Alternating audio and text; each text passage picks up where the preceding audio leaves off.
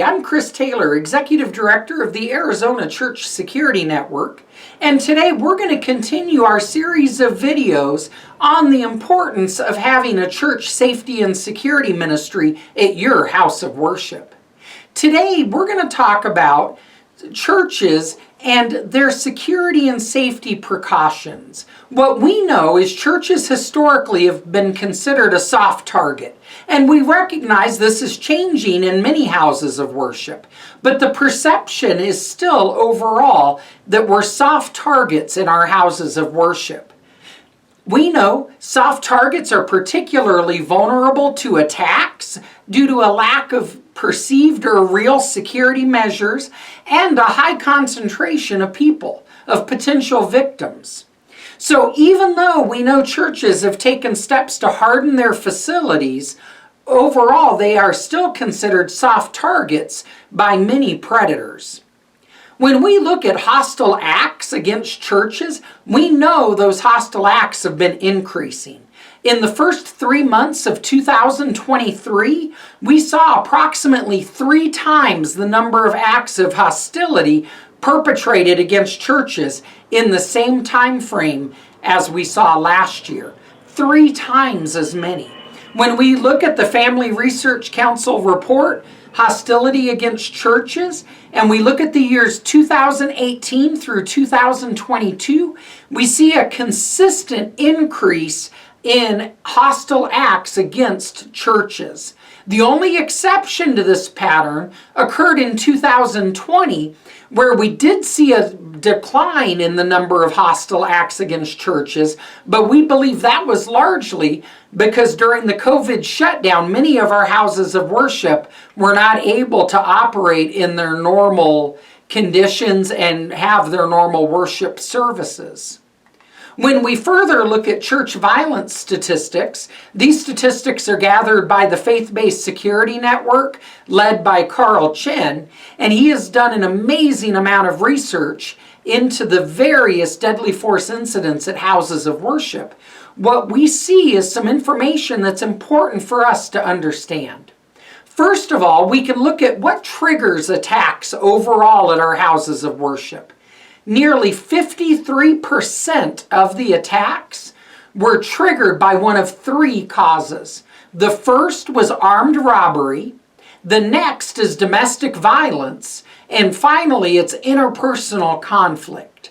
And so what we have to recognize is that we have insider threats and outsider threats. Because when we look at domestic violence, when we look at interpersonal conflict, those may be people that are a part of our organization or people that have interacted with our organization, whether it's neighbors, whether it's community members. There's a wide variety of individuals that may be attributing domestic violence and interpersonal conflict and perpetrating those acts in our houses of worship. When we continue to look at church violence statistics, the initiation location is crucial for us. One of the things we're always talking about in the network is the importance of parking lot duties. And we know in Arizona, most of the year, it is not very hospitable to be outside in the heat or outside in the cold. So what we recognize is that a lot of teams don't have somebody dedicated to the parking lots. One of the things that we teach is parking lot duty is absolutely crucial. And the statistics that the Faith-Based Security Network offers in this area just further prove how important it is to have people in your parking lots serving in this ministry. What we know is 75% of the incidents started outside of the ministry building. Whether that was in your parking lots or your outdoor areas, 75% of those deadly force incidents began before the perpetrator ever entered the building. We also know that that must mean that 24% of the attacks began inside the ministry building. And so as we look here, we know attacks are 3 times more likely to commence outside of the ministry building. So we need to have that layered approach with our safety and security team members in our houses of worship. As we continue to evaluate these violent statistics and we look at when attacks occur, we recognize that an overall philosophy for many safety and security teams involves events that are going on at the church. We prepare for our worship services. We prepare for some of our weeknight ministries. But one of the weaknesses that we see is what's happening in our houses of worship Monday through Saturday, when we have staff, when we have other individuals who are on the campus for a variety of reasons, when there's no actual events going on or taking place. And what we see in the statistics is that 61% of the incidents occurred when there was no event happening at the house of worship. And that's significant for us to understand, because that means 38% of the attacks occurred when there was an event taking place. That means that almost 2/3 of the attacks occurred when there was no event taking place at the house of worship. So we need to have policies and procedures in place. We need to have our staff trained in what they're going to do in the event of a critical incident occurring when there is no event on campus, when there is no safety and security ministry team on duty. And we want to make sure that they have the ability to prevent and be prepared for criminal activity that may occur during those times. We want to make sure that they know how they're going to respond in the event of a critical incident when there's no event taking place at the house of worship.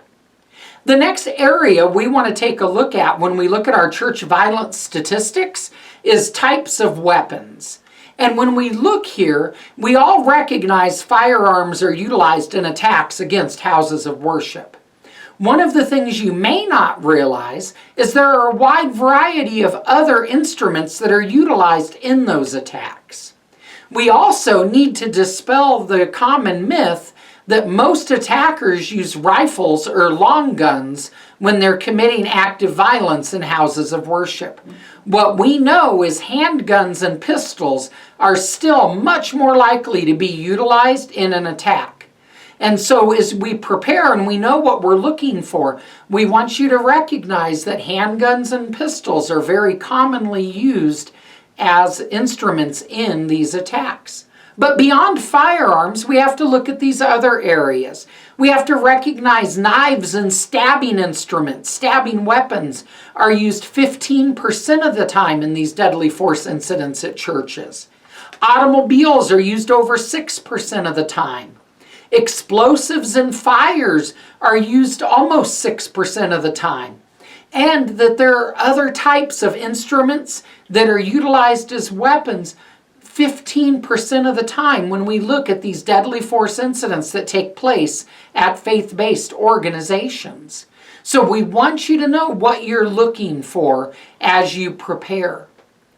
Join us next time as we continue to look at why we need safety and security ministries in our houses of worship, and we begin to look at the 6 different types of incidents that we look at most commonly occurring in our houses of worship.